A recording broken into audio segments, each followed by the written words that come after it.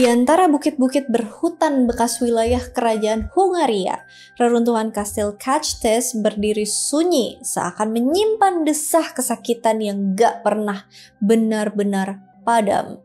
Di balik batu-batu tua yang terkelupas waktu itu, tersimpan kisah seorang wanita bangsawan, cantik dan kejam, yang oleh sejarah dan legenda diberi julukan The Blood Countess atau Countess Dracula, yaitu Elizabeth Bathory. Wanita bangsawan yang melegenda karena kisah pembantaiannya ke wanita-wanita muda bakal bikin bulu kuduk berdiri. Darah para korban dipakai buat mandi yang dipercaya bisa bikin awet muda. Seperti apa kisah Dracula wanita ini? Ayo kita bahas.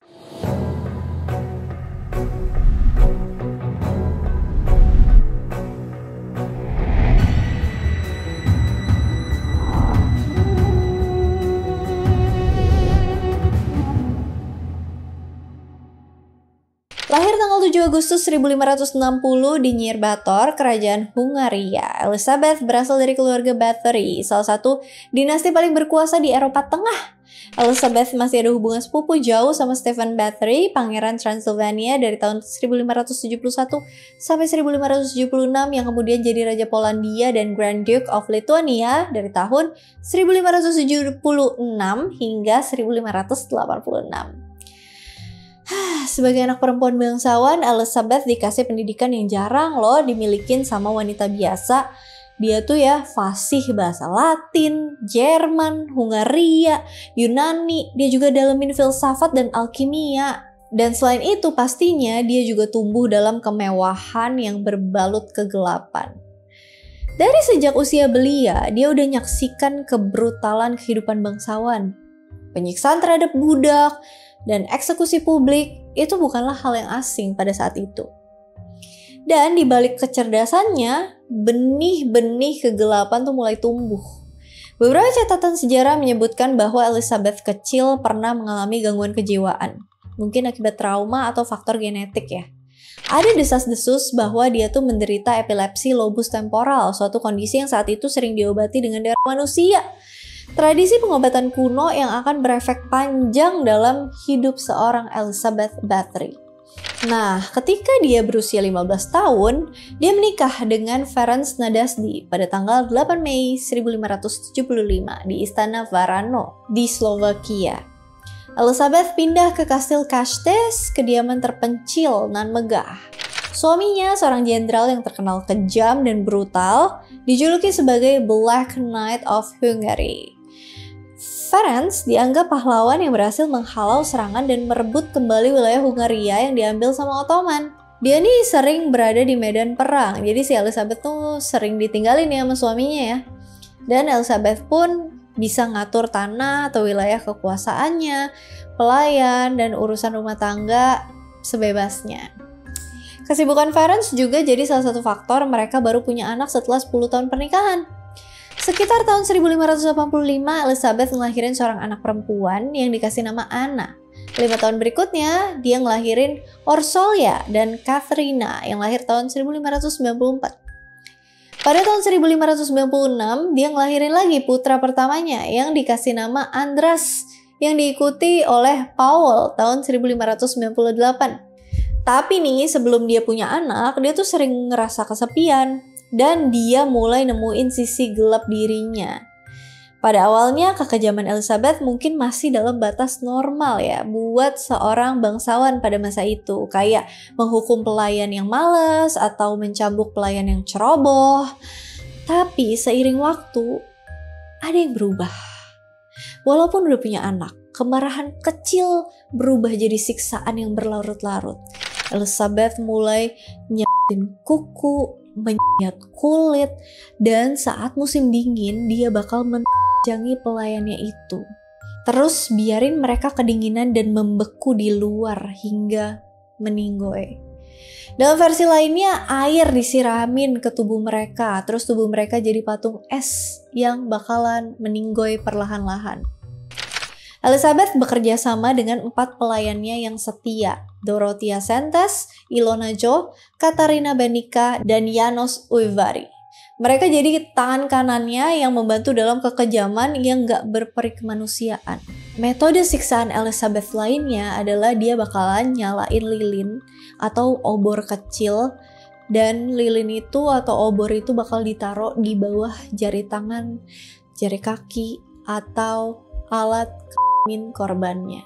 Selain itu, Elizabeth juga suka melumuri tubuh korban dengan madu, terus ditaruh di luar rumah biar dikerumunin serangga dan semut. Serangga dan semut bakal menggerogoti tubuh korbannya secara perlahan. Gak kebayang disiksa pelan-pelan kayak gini. Ini tuh contoh orang kaya yang gabut tapi diisi sama hal negatif. Kudunya harus banyak-banyak diisi hal yang lebih positif sih daripada kayak gini. Dan masih banyak lagi metode siksaan Elizabeth yang kalau aku sebutin gak akan masuk di akal kita. Di akal sehat, orang sehat gitu. Kematian suaminya yang mendadak tahun 1604 bikin dia jadi penguasa tunggal karena anak-anaknya masih pada bocil. Dan semenjak itu isu miring tentang Elizabeth makin santer kedengeran di sekitar kastil. Kisah Elizabeth yang paling mengerikan tuh berasal dari ketidaksengajaan ceritanya. Pada suatu hari, Elizabeth nampar seorang pelayan hingga darahnya netes ke tangannya.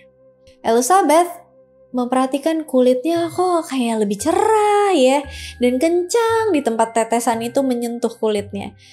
Dan dia pikir darah bisa bikin dia awet muda. Sejak saat itu, Elizabeth terobsesi sama darah perawan sebagai ramuan awet muda.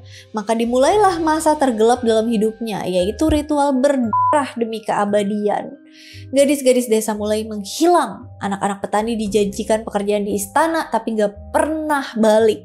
Elizabeth juga pura-pura mau ngajarin tata krama, etika, dan sopan santun buat melatih putri-putri bangsawan kalangan kecil dan menengah. Dia mikir kalau darah putri-putri bangsawan mungkin bakalan bagus dibandingkan darah pelayannya atau darah anak petani. Dan para korban bakal disiksa dulu, seperti siksaan yang biasa dia lakuin. Terus darahnya bakal dikuras habis dan dikumpulkan dalam satu bak mandi besar. Kemudian Elizabeth bakal mandi pakai darah itu. Para korban yang menghilang, tapi bukannya tanpa jejak, konon ada yang bersaksi nemuin tubuh-tubuh yang terpotong-potong di sekitar kastil. Ratusan mayat terkubur di dalam dan di luar dinding kastil. Nah, salahnya dia nih. Dia udah menargetkan orang-orang kecil, tapi tidak puas. Dia pun menargetkan bangsawan seperti yang tadi aku ceritakan. Dan ketika korban mulai berasal dari kalangan bangsawan, keluhan pun mengalir ke istana kerajaan di Wina. Raja Matthias II yang awalnya enggan menghukum bangsawan dari keluarga sekuat Bathory, akhirnya ngutus Georgi Thurzo, kepala keadilan kerajaan dan juga kerabatnya Elizabeth, buat menyelidiki dia.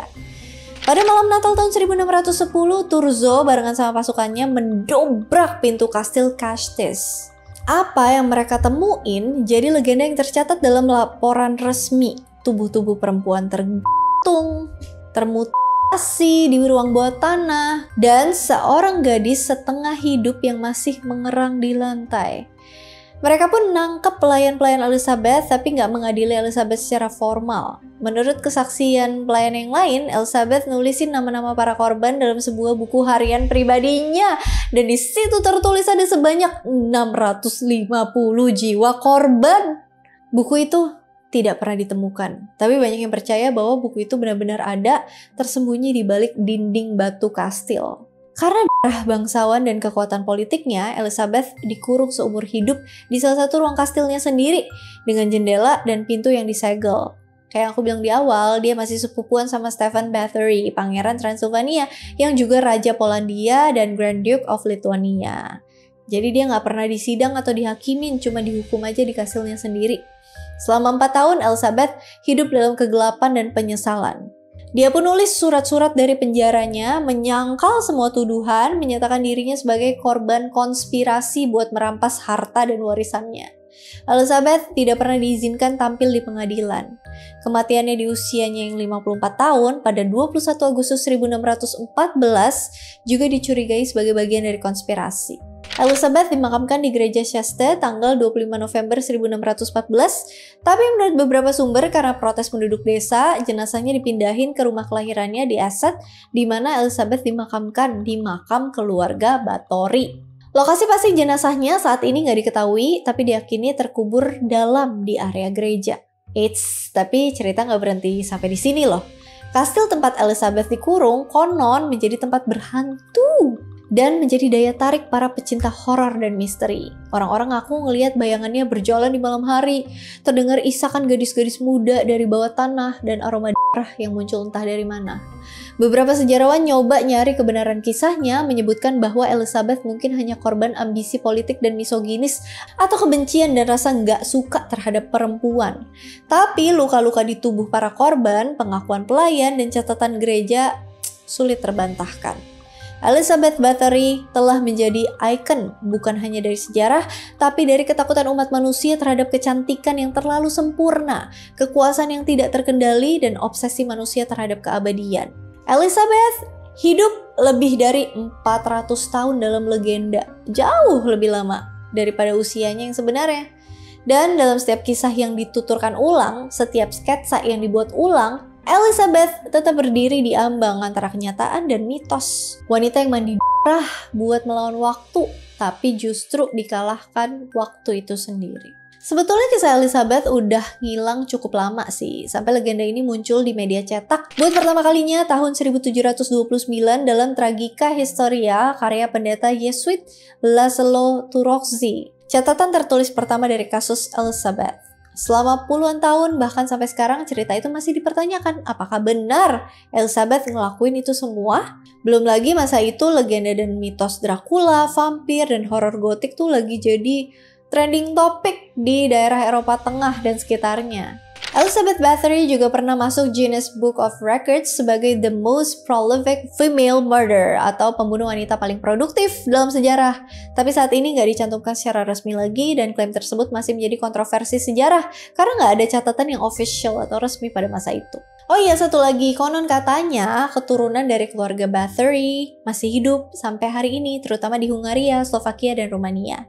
Tapi karena reputasi Elizabeth yang kelam, banyak dari mereka nggak ngaku sebagai keturunannya secara terbuka. Ya rada malu juga sih, walaupun udah kejadian ratusan tahun lalu. Kalau aku sih, aku juga tidak akan mengakui sih. Meskipun itu ancestor, tapi nggak mau. Jadi menurut kalian kisah Elizabeth Bathory ini kejadian nyata, legenda, mitos, atau cuman konspirasi politik? Coba komen di bawah. Dan seperti biasa kalau misalnya ada yang mau di request, ada yang mau dikoreksi, ada yang mau didiskusikan, komen aja di kolom komen. And as always, thank you so much for watching. I hope you guys like it and I'll see you again on my next video. Bye! Di antara bukit-bukit berhutan bekas wilayah kerajaan Hungaria, reruntuhan kastil apa ini bacanya? Ada cactus? Cactus. Ketika berusia 15 tahun, Elizabeth tuh nikah sama Ferenc bacanya apa? Bentar, Ferenc Nadasti.